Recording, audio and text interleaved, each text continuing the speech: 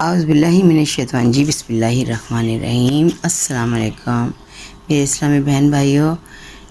زندگی میں جب ہم اپنے عید کی نظر دہراتے ہیں تو ہم لوگوں کو ایک بات سمجھ آتی ہے، کیوں کہ ہم جو مرضی کر لیں، ہمارا جو بھی ارادہ ہوتا ہے، لیکن اس کو پایہ تکمیل پر پہنچانے والی ایک ذات ہے، اللہ تعالیٰ ہے۔ تو یہ جو چیز ہے یہ ہے عقیدہ، یعنی کہ ہمارا عقیدہ کیا ہے؟ توحید۔ اللہ تعالیٰ سے پر ایمان سے مراد ہے کہ دنیا کو بنانے اور اسے چلانے والا اللہ تعالیٰ ہے۔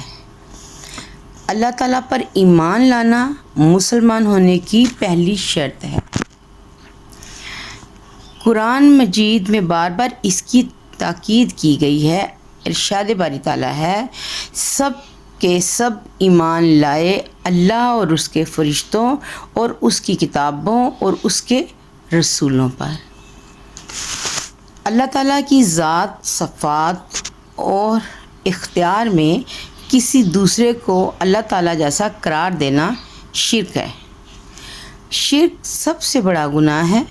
قرآن مجید میں سب سے زیادہ اسی گناہ کی برائی اور مذمت کی گئی ہے۔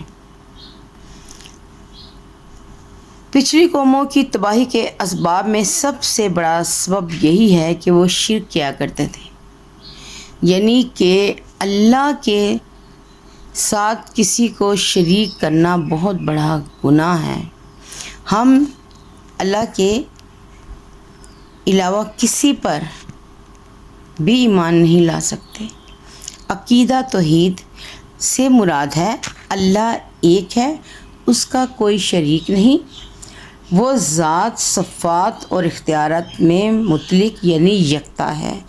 اس عقیدے پر ایمان لانے کا تقاضا یہ ہے کہ صرف اللہ تعالیٰ کی ہی عبادت کریں، اسی سے مانگیں اور اس کے نازل کردہ دین پر عمل کریں۔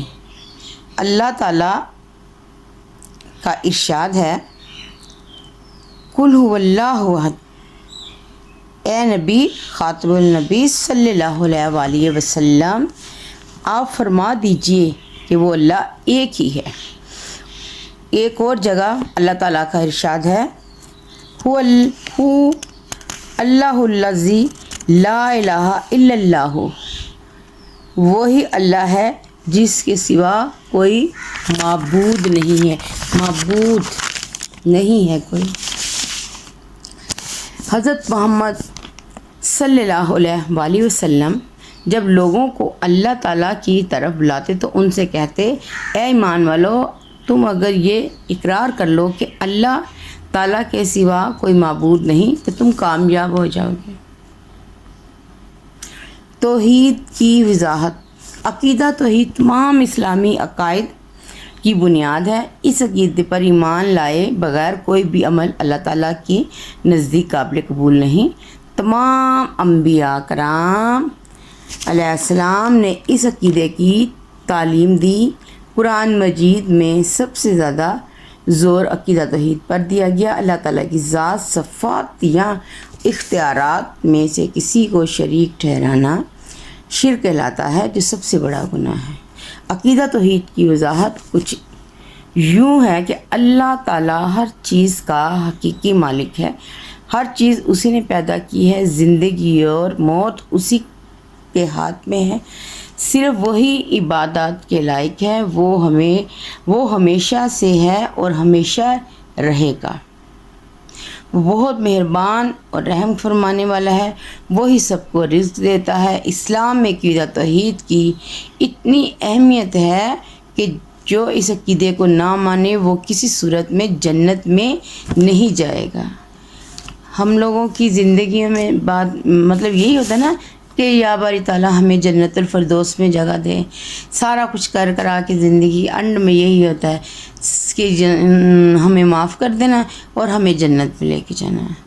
تو جب ہم لوگ یہ بات کرتے ہیں کہ ہمیں جنت میں لے کے جانا، لیکن اس کی بنیاد یہی ہے کہ اگر ہم شرک کریں گے، مطلب ہم لوگوں کا یقین تو ہوتا ہے کہ یا اللہ تو نے سارا کچھ کرنا ہے، لیکن ہمارا ایمان ڈول جاتا ہے، ہم بعض دفعہ پریشان ہو جاتے تو ہم لوگوں کو ہم ایسی بات کر دیتے ہیں یا کوئی ایسا معاملہ ہو جاتا ہے کہ جہاں ہم یہ کہتے ہیں کہ کہتے بھی ہیں دل میں کہ اللہ تعالیٰ ہی رازق ہے، اللہ ہی ہے، مطلب ہر فیصلہ اللہ کے اختیار میں ہے، لیکن پھر بھی ہم لوگوں کی یعنی کوئی نہ کوئی ایسی غلطی، کوئی ایسی کوتاہی یا ایسا عمل ہو جاتا ہے کہ جو ہمارے لیے شرک کا باعث بنتا ہے، اور شرک کرنے والا کبھی جنت بھی نہیں جائے گا۔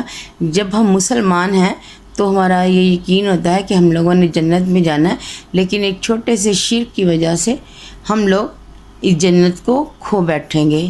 اللہ نہ کرے، اللہ نہ کرے ایسا کبھی ہو، لیکن آپ یہ دیکھیں کہ انسان شرک کتنی بڑی بات ہے، اور شرک کس ٹائم بھی ہو جائے یہ نہیں کہا جا سکتا۔ اللہ ہم سب کو شرک سے بچائے اور دین پہ چلنے والا بنائے۔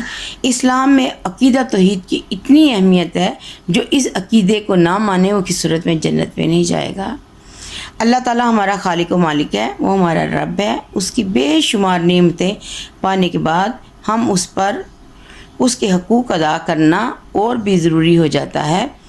بندہ جب اللہ تعالیٰ کا حق ادا کرتے ہیں تو اللہ تعالیٰ دنیا اور آخرت میں انہیں اپنا خاص فضل عطا فرماتا ہے۔ عقیدہ توحید کے اثرات دیکھیں جی، جب ہم لوگ یہ عقیدہ کرتے ہیں کہ اللہ ایک ہے، اللہ نے ہی جو کرنا ہے، اللہ تعالیٰ کی مرضی کے بغیر کچھ نہیں ہو سکتا، تو آپ نے کیا کرنا ہے؟ پھر آپ جب اپنی زندگی میں دیکھیں گے کہ عقیدہ جب ہمارا پکا ہو جائے گا، جب ہمارا اللہ پہ یقین ہوگا، جب ہر بات میں ہمیں یہ سمجھ آئے گی کہ یہ باری تعالیٰ کہ تیری رضا اور تیری مرضی کے بغیر کچھ نہیں ہو جاتا۔ حضرت علی کا قول ہے کہ میں نے اپنے ارادوں کے ٹوٹنے سے اللہ کو پہچانا، یعنی کہ ہم ارادہ تو کچھ کرتے ہیں کہ آج میں یہاں جاؤں گی یا میں یہ کام کروں گا، میں نے اس طرح سے کسی کی مدد کرنی ہے، لیکن کیا ہوتا ہے وہ اس طرح کام نہیں ہوتا، کیونکہ ہم نے جس طرح سے پلاننگ کی ہوتی ہے وہ شاید نہیں بلکہ یقیناً ہی ہمارے لیے وہ بہتر نہیں ہوتا یا کسی اور کے لیے بہتر نہیں ہوتا۔ تو وہ جب اللہ اپنے طریقے سے کرتا ہے تو وہ سب کے لیے بہتر ہوتا ہے۔ سبحان اللہ، کیونکہ دلوں کے حال بھی اللہ جانتا ہے، اور آنے والے وقت کی نوعیت بھی اللہ ہی جانتا ہے کہ جو اللہ کرتا ہے وہ بہتر ہوتا ہے۔ عقیدہ توحید جب ہمارا پکا ہو جائے گا تو اس کے اثرات کیا ہے نا، عقیدہ توحید پر سچے دل سے ایمان لانے سے انسان کا دل پرسکون ہو جاتا ہے۔ ویسے میں بے چینی ہوتی ہے، کوئی کام ہمارا نہیں ہوتا تو ہم بے چین ہوتے ہیں، پریشان ہوتے ہیں، ہمارا یہ کام کیوں نہیں ہو رہا، لیکن جب ہمارا اس بات پہ یقین ہو جاتا ہے، مکمل یقین ہو جاتا ہے کہ اللہ جو کرتا ہے وہ بہتر ہوتا ہے، تو ہمارے دل کو سکون ہو جاتا ہے، اسے یقین ہو جاتا ہے کہ اللہ تعالیٰ کو راضی رکھنا ہے۔ جب اللہ تعالیٰ راضی ہو جائے تو دنیا اور آخرت کے ہر کام سدھر جائیں گے۔ ایسے شخص کو ہر در پر جھکنا نہیں پڑتا۔ جب ہمیں اللہ پہ یقین ہو جاتا ہے اور ہمیں یہ یقین ہوتا ہے کہ اللہ نے ہی کرنا ہے، تو پھر ہمیں کسی سے مانگنے کی ضرورت نہیں ہوتی، اور نہ ہی اپنی مرادیں پوری کرنے کے لیے ناجائز کام کرنے پڑتے ہیں۔ یہ اللہ تعالیٰ اور اس کے رسول خاتم النبی صلی اللہ علیہ وآلہ وسلم و صحابہ وسلم کے فرمان کے مطابق کام کرتا ہے۔ اللہ تعالیٰ سے دعا مانگنا اور مطمئن ہو جانا، ایسا شخص اپنی تمام ذمہ داریوں کو پوری دیانتداری سے ادا کرتا ہے، کیونکہ اسے معلوم ہوتا ہے کہ اس نے ایک دن اللہ تعالیٰ کی بارگاہ میں پیش ہونا ہے۔ ہم لوگوں کو جب اس بات پہ مطلب ہو جاتا ہے نا کہ ہم نے اللہ کے پاس ہی جانا ہے، جب ہم دل میں یہ چیز لے کے آ جاتے ہیں اور ہمارا اس بات پہ ہر کام کے شروع میں جب ہم یہ سوچتے ہیں نا کہ ہم نے جانا ہے، مطلب ہوتا تو ہر بندے کو یہ ہوتا ہے جانا ہے، ہم نے جانا ہے، لیکن بعض پھر بھی زندگی میں ایسے مقامات آتے ہیں، ایسی باتیں آ جاتی ہیں جہاں پہ ہم تھوڑے سے شیلفش ہو جاتے ہیں، تو ہم سے غلطیاں ہو جاتی ہیں. لیکن ہمارے دل میں جب ہر ٹائم یہ خیال ہوتا ہے نا کہ جانا ہے اور اللہ کے حضور ہی پیش ہونا ہے، اور جب ہم جو عمل کر رہے ہیں اس کا جواب دہ ہونا ہے اوپر، یا اس کے ہی طفیل ہم لوگوں کی زندگی میں خوشیاں یا اوپر کی خوشیوں کی بات کریں کہ ہم لوگوں کو وہاں پہ صلہ ملنا ہے، تو پھر ایٹومیٹکلی ہماری زندگیوں میں نا تبدیلیاں آتی ہیں، ہم نیکیوں کی طرف جاتے ہیں، کیونکہ ہم اس بات پہ یقین مطلب رکھتے ہیں کہ ہم نے اللہ کے پاس ہی جانا ہے. تو پھر ہم ایسے عمل کرتے ہیں کہ جو اللہ کو پسند ہو. میں جب کوئی کسی کے ساتھ نیکی کرتی ہوں، نیکی اگر کوئی آپ کے پاس آتا ہے نا اپنی مدد کے لیے، تو آپ یقین مانیں کہ یہ اللہ تعالیٰ کا آپ پہ کرم ہے، آپ پہ اللہ کا بڑا فضل ہے کہ کوئی آپ کے پاس مانگنے آتا ہے. تو اس لیے نا اس بات پہ خوش ہو جایا کریں کہ اللہ تعالیٰ نے اس بندے کو آپ کے پاس بھیجا ہے، کیونکہ آپ اللہ کی نظر میں. سبحان اللہ، کتنی بڑی بات ہے، کیونکہ ہم کسی کی مدد کرنے کے قابل نہیں ہیں. جو کرنا ہے وہ اللہ تعالیٰ نے ہی کرنا ہے، تو اس کے ہم صدقے جائیں کہ اللہ اگر ہم سے کوئی نیکی کا کام ہو جائے یا ہم کوئی نیک عمل کریں تو اس میں اللہ کی رضا ہے اور اللہ کا ہم پہ احسان ہے. اچھا جی، اللہ تعالیٰ جب ہم سے کوئی کام کرواتا ہے نا، اگر مطلب کوئی ہمارے پاس آیا ہے اپنے کسی کام کے لیے، اگر ہم نے اس کو یہ کہہ کے کیا کریں یا دل میں یہ ارادہ کیا کریں یا کوئی بھی نیک عمل کہ یا باری تعالیٰ میں یہ تیری رضا کے لیے کر رہا ہوں، کرنا تو کام ہم نے ویسے بھی ہوتا ہے، تو یہ کہا جائے دل میں یہ ارادہ رکھا جائے کہ یا اللہ میں تیری رضا کے لیے کر رہا ہوں، تو اس کا ثواب آپ کو اس دنیا میں ملے گا اور وہاں آخرت میں ملے گا. وہاں پہ کہ اللہ تعالیٰ نے کہنا وہ بندے آئے ہیں جو میری رضا کے لیے کام کرتے تھے.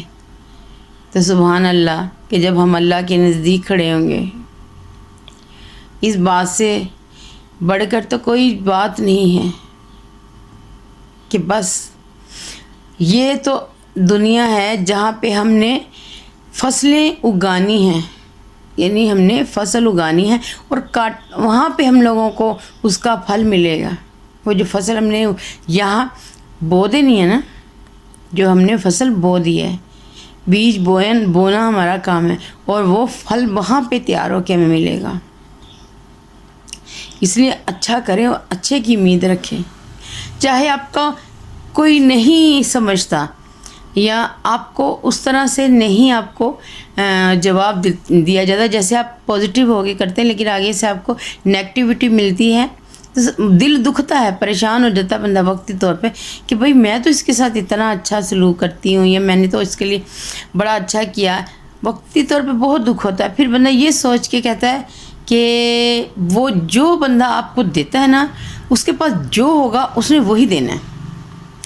اگر اس کے پاس اچھائی ہے تو وہ آپ کو اچھائی دے گا، اور اگر اس کے پاس برائی ہے تو اس نے برائی ہی دینی ہے. تو اس لیے یہ سوچ کر اگنور کر دیں کہ صلہ دینے والی اللہ کی ذات ہے. بے شک اللہ تعالیٰ سے دعا مانگنا اور مطمئن ہو جانا، ایسا شخص اپنی تمام ذمہ داریوں کو پوری دیانتداری سے ادا کرتا ہے، کیونکہ اسے معلوم ہوتا ہے کہ اس نے ایک دن اللہ تعالیٰ کی بارگاہ میں پیش ہونا ہے اور اپنے اعمال کا جواب دینا ہے. یہ شخص مالی معاملات میں بھی کسی کا حق نہیں مارتا اور اللہ تعالیٰ کی مخلوق کو بھی تکلیف نہیں پہنچاتا. یعنی کہ جب وہ عقیدہ توحید پر اس کا یقین ہو جاتا ہے تو پھر وہ کسی کا حق نہیں مارتا، کیونکہ اس کو معلوم ہوتا ہے کہ دینے والی اوپر اللہ تعالیٰ کی ذات بیٹھی ہے. بے شک اللہ تعالیٰ ہی بہتر جانتا ہے، وہ دیتا ہے تب بھی بہتر ہے، وہ نہیں دیتا تب بھی بہتر ہے ہمارے حق میں.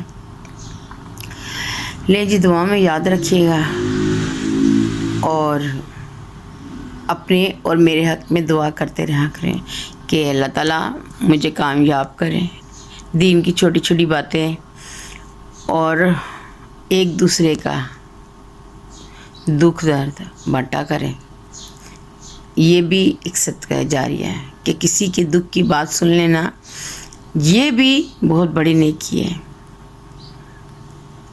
اللہ حافظ۔